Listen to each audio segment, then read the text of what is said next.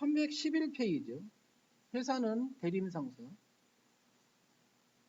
8월 1일 전액 비용으로 회계 처리한 보험료. 여기 보게 되면 일반 전표에 8월 1일을 열어볼게요. 봐봐요. 차변의 보험료 잡은 금액을 나누기 12 하면은 한 달치 금액이 15만 원 나오죠. 얘를 나누기 12 하면 한 달치 금액이 13만 원 나오죠. 그래서 이 한 달치 금액을 찾은 다음에 이 금액을 8월달, 9월달, 10월달, 11월달, 12월달 5개월로 곱하니까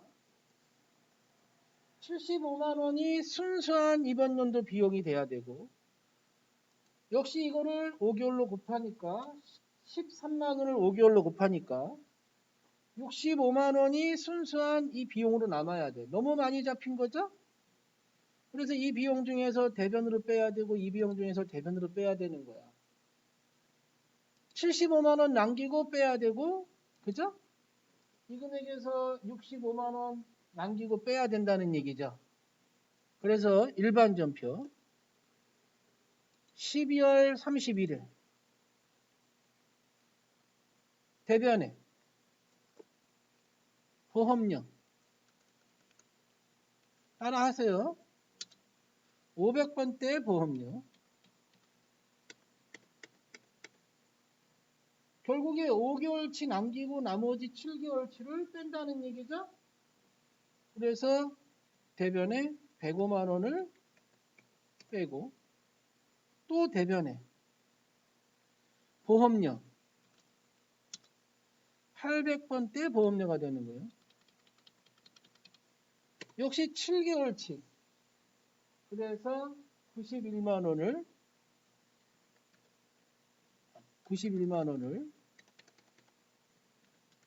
대변에 빼고, 그럼 이걸 뭐라고 하느냐? 먼저 준 보험료다. 차변에 자산의 증가로 성급비용이라고 하는 거예요. 성급비용. 196만 원. 그래서 이걸 비용의 이연이라고 하는 거죠. 성급비용이라고 한다. 2번. 실제 현금이 장부상 현금보다 실제가 많으니까 장부를 늘려줬겠죠. 자, 여기 봐요. 12월 11일을 한번 열어볼게요.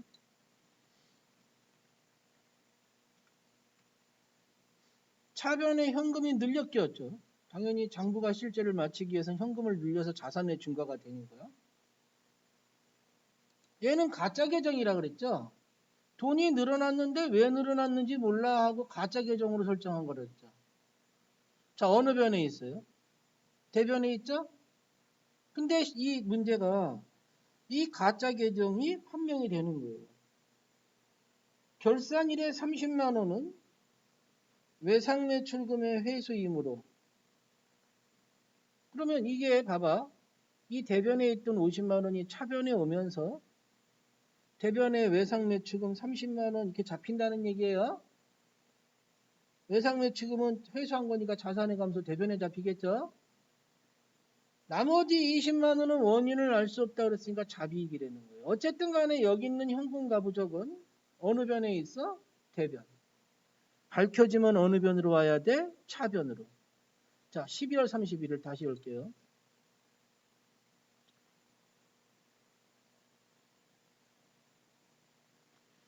자, 아까 대변에 있던 현금가부적은 없어지기 위해서 차변으로 오는 거야. 임시계정이. 예? 현자만 찍어봐요. 현자 한 글자만. 현자만. 그러면 현금가부적이 있어요. 두 글자 찍으면 현금으로 넘어가기 때문에 한 글자만. 현자만. 아까 대변에 있던 50만 원이 어느 변으로 온다? 차변으로 온다. 없어지기 위해서 임시계정이니까.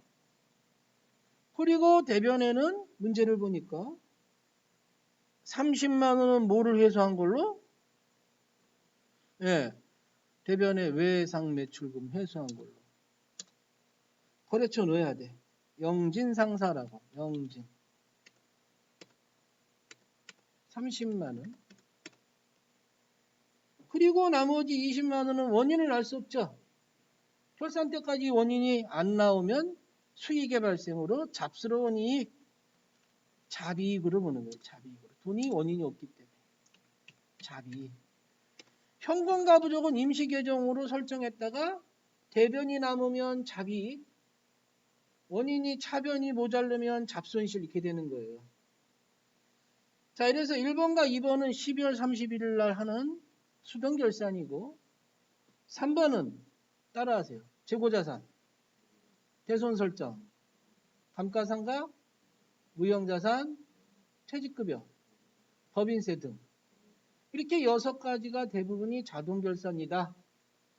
얘를 수동결산으로 하면 차변의 감가상각비 100만원 800번대, 차변의 감가상각비 180만원, 대변의 감가상각 누계, 감가상각 누계 이렇게 하면 돼요. 하지만 자동결산으로 하는 거기 때문에 자동결산, 프로그램이 해주는 결산이 또 다른 게 있어요. 마감하면서 해주는 결산이. 그게 나타나야 되기 때문에 여기다 직접 찍는 걸 수동결산이라고 하고 닫아주고. 따라해요. 여기다 직접 찍는 걸 수동결산이라고 하는 겁니다. 그런데 여기 와봐요. 여기다가 하는 걸 결산자료 입력 보이나요? 여기다가 찍는 걸 자동결산이라고 하는데 컴퓨터가 분개해줘요. 자, 따라서 결산자료 입력 클릭. 여기 결산자료 입력 클릭했습니까? 1월부터 12월.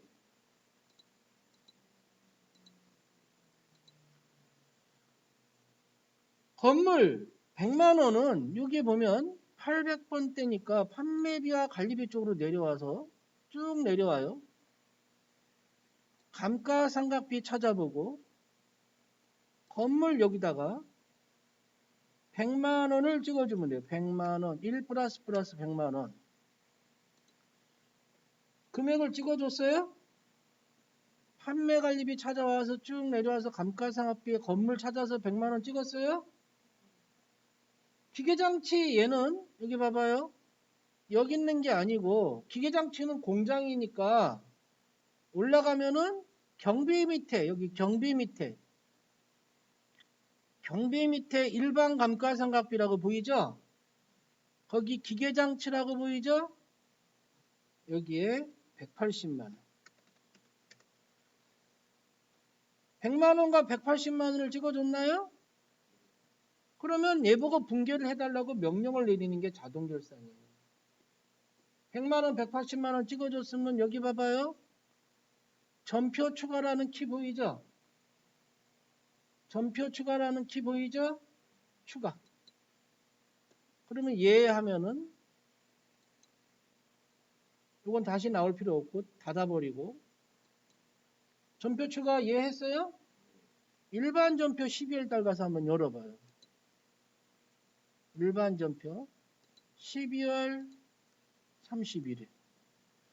자, 감가상각비, 감가상각누계액 외에도 마감에 의해서 감가상각비, 감가상각누계액 외에도 마감에 의해서 분개가 이렇게 이루어지는 거예요. 대체 분개에 의해서. 하지만 시험 볼 때는 아까 3번도 수동결산으로 이렇게 분개만 맞게 해줬다 하면 맞다고 해주긴 하는데 자동결산 항목을 해줘야지만 이렇게 원작 마감에 의해서 제조가 이루어지고 완성품이 나와서 손익계산서로 넘어가는 게 이루어지는 거죠. 그래서 문제 5번, 1번과 2번과 3번 결산은 수동결산과 자동결산을 해본 거예요. 알겠습니까? 네. 닫고 6번 봅시다. 6번에 1번. 다음 4월 중 현금으로 지출한 차량 유지비. 현금으로 지출한 4월 중. 몇 월 중? 자, 봐봐요. 여기에 있는 거, 여기. 월중이니까. 월 보여요, 월? 그래서 월계표를 4월로 열어보는 거야, 월계표를. 여기 보면 일계표가 있고 월계표가 있어요. 자, 몇 월중? 4월중 핵심 체크야. 4월중이 월계표를 공사를 열어보면 되죠. 차량 유지비를 찾아가는 거죠. 판매 관리비에 차량 유지비에 현금으로 지급한 그랬으니까 요 금액을 얘기하는 거예요. 요 금액이 차량 유지비가 현금으로 나갔다는 뜻이에요. 이게 현금 보이죠? 차량 유지비가 만약에 여기 금액이 있으면 현금 외에 다른 게 나간 게 여기 들어가는 거고요. 차량 유지비가 비용으로서 현금이 나간 난이라 이거예요. 56만 원이 된다는 얘기죠. 장부 조회는 자꾸 조회해보면 빨라져요. 2번 3월 31일 현재 외상 매출금 잔액이 가장 큰 그 다음 읽어봐요. 거래처명 따라하세요. 거래처 원장 그거 보면 돼요. 거래처 그게 핵심 체크야. 아까는 4월 중에 월이 핵심 체크고 지금은 거래처 그게 핵심 체크예요. 자 여기 봐봐요. 여기 거래처 보여요? 찍어서 이 문제가 가장 큰 거래처명이니까 잔액으로 그냥 조회해도 돼요. 1월 1일부터 3월 31일 계정 과목은 외상매출금 물음표 눌러서 외상매출 누르면 돼요. 요 풍선 눌러서 외상매출 찾아 놓는데 거래처는 눌러서 말풍선 눌러서 처음을 찍고 확인한 다음에 말풍선 눌러서 맨 마지막 걸 찍어요. 맨 마지막 거 확인을 하면 이쪽에 잔액이 쭉 나오죠. 외상매출금의 잔액이 가장 큰 누가 가장 큰가 볼까요? 누가 가장 큰가? 주식회사 유민이 가장 크죠. 그러니까 이 문제 답은 가장 큰 거래처명 주식회사 유민 금액은 5,070만원 이렇게 놓주는 겁니다. 3번 일기 확정 4월부터 6월 부가가치세 신고기간에 전자세금계산서 중 주민등록번호 발급분의 공급가액은 얼마인가? 자, 부가가치세에 대해서 물어본 거예요. 부가가치세 닫고 상단에 부가가치세를 클릭하면 돼요. 상단에. 그래서 부가가치세 세금계산서 합계표를 우리가 클릭해 보자고요. 세금계산서 합계표 4월부터 6월 엔터를 쳐볼게요. 엔터를 쳐서